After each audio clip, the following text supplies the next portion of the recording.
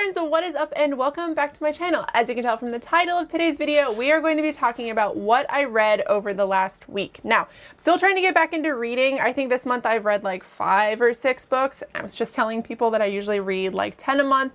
So not really reading a whole lot less than I normally do, but also some of the books that I read were quite large. But this past week I did read Sisters of the Winter Wood by Rena Rossner. I'm sure I'm pronouncing her name wrong.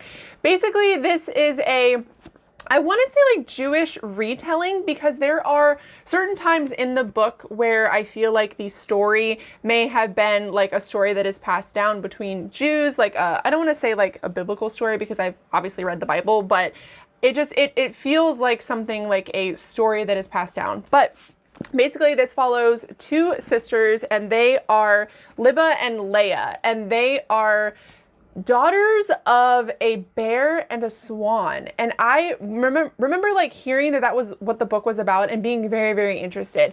Essentially, Libba and Leah's mother and father fall in love, and their mother is a swan and their father is a bear. And basically the way that they came about being like that is they're able to transform into humans because they were originally human, like their people were originally human, but under times of great strife, they became these creatures. And that is sort of how the daughter's like father became a bear and how their mother became a swan. And the reason why this book is really cool, I feel like it has a lot of Jewish like heritage in it, and it also has a lot of the struggles. Now, I'm obviously not Jewish, but I do have like Jewish friends, and I'm really well versed in like Jewish culture and stuff. And I think that this book might be kind of hard for people to read because it does have a lot of discrimination against Jewish people. There are people that come to their town who are very horrible to them because they are Jewish, and there's a lot of like murder and purging basically of Jewish people in this book. So just be aware. I wanted to say that right off the bat in case you're interested in reading this book. But to get into what this story follows. So Libba and Leah, like I said, are 2 sisters, and their father is the son of basically the king of the head honcho of their tribe, essentially. And one day their grandpa becomes very frail and is dying, so their parents decide that they need to leave to go back to his people. And the reason why that's such a large deal is because their father has not spoken to them since he married their mother. Because like I said, he is a bear and she is a swan, and that is completely not something that happens in their society. Not saying that it's very commonplace that like normal everyday people where they live know that bears and swans necessarily exist, but between their people, their tribes, it is really spoken out against. And when they do fall in love and kind of overcome that together, he actually stops talking to his people and she stops talking to her people as well.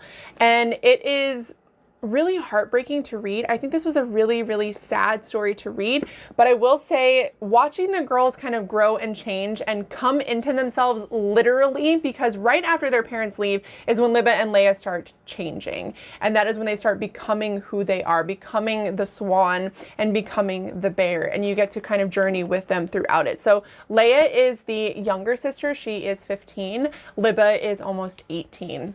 And through a lot of the story, you do follow Libba wanting to become, you know, like basically the perfect Jew. She is very well educated. She's really into the Torah. She's really into learning about, you know, everything that she can possibly absorb. And I would say for me, that was probably one of my favorite things to read. I think that she has, I don't know, like a thirst for knowledge throughout the entirety of the book that really appealed to me. But there are parts of Leah that I also really enjoyed. Leah is, once again, the swan daughter. And she is very much so like, I want to fly and I want to be free and I want to break free of the chains of the small town that we live in. And she's very different, I would say, from Libba in that way, because she doesn't really necessarily want to be Jewish, and she doesn't want to adhere to the Torah. She doesn't want to adhere to like the way that they are supposed to be raised. She goes out with people and, you know, she hangs out with boys when she's not supposed to, and it does get her into a bit of trouble in this book as well. But seeing their transformation, seeing them like grow and change and become who they are, definitely hands down one of my favorite things in this book. A lot of the themes in this book, I would say, are like coming of age, quite literally coming into yourself, and I really liked that. I think that as an adult, like fantasy kind of fiction novel, I think that that will appeal to a lot of people. Now, one thing I will say about this book that I think some people might not like is Leah's portions of the book are actually written in poem form. And when reading it, I didn't necessarily read it in poem form. I just tried to read, you know, like a sentence at a time and like kind of stop at you know, like certain punctuation, and I tried to absorb it as if it was written just normally. And I'm not necessarily against books being written like that, but I think that can really throw some people off. But overall, I really like this book. I think I'm going to give it 3.5 to 4 stars. I'll probably just give it 4 to round it up to keep it even, because it's definitely not a 3-star read for me. I think a lot of people really like this.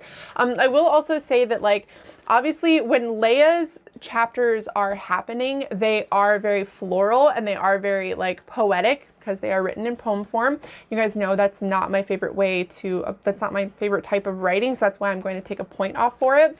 But I do really think that a lot of people will like this. I think that it lends a lot to, like I said, like coming into yourself and discovering who you are and going against maybe what you've been taught, and really realizing what's important to you and what you should focus on, as opposed to what everybody else around you is doing. And there is, you know, like, there's a lot of heartbreak in this book. There's a lot of death. There, you know, like I said, there are certain points in this book where the Jews are basically exterminated in certain parts of like the nation that they live in. I don't think that the nation is actually supposed to be real. I think it's kind of like sort of made up, but it does lend a lot to, you know, the Holocaust and things like that. And you know, their mom at one point in time, she is not Jewish, but when she marries their father, she does, you know, kind of convert to Judaism. And I really liked that. I think that it showed a lot of, like, if you love somebody, like, you try to do everything that you can, and, you know, you realize the importance of them. Now, obviously that can go both ways and can be both toxic and positive, but I think that,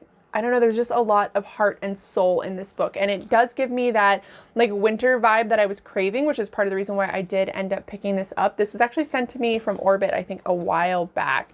Orbit also works with Red Hook. If you ever see Red Hook stuff, that's also like an offshoot of Orbit books. And I asked for this book because I was like, I've just been hearing great things about it. So really glad I read it, really glad that I have it now. There are so many blurbs in the front from so many like amazing authors, like Sarah Holland. On the back of it, it has Madeline Miller. Like, you guys know, like hard hitting authors, and I think it's for a really good reason. I really like this book. If you're interested in it, I will leave a link to it down below on Goodreads. You can read like overall reviews. I've been trying to limit like my Goodreads reviews and trying to do them online on my website, but I've been kind of slacking on that. I definitely want to take some time this week and catch up on that. But yeah, that is what I thought of Sisters of the Winterwood. Let me know down below if you've read it and what you thought of it. I think this is a very specific book for people. I think it will probably be pretty polarizing, because it is definitely like richly written, but also very character focused, and the dual perspective I think might throw people off, and like the poetry portion of it might throw people off. But overall, I really enjoyed it, and I'm glad I took the time to read it this week.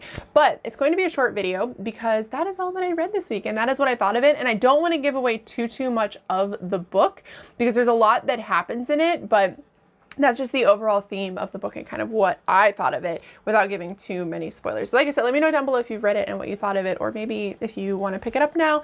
I'd like to know if I have swayed you in any way to pick it up, and then keep me posted if you do end up reading it, what you think of it. But thank you guys so much for watching. I love you so much, and I will see you in my next video.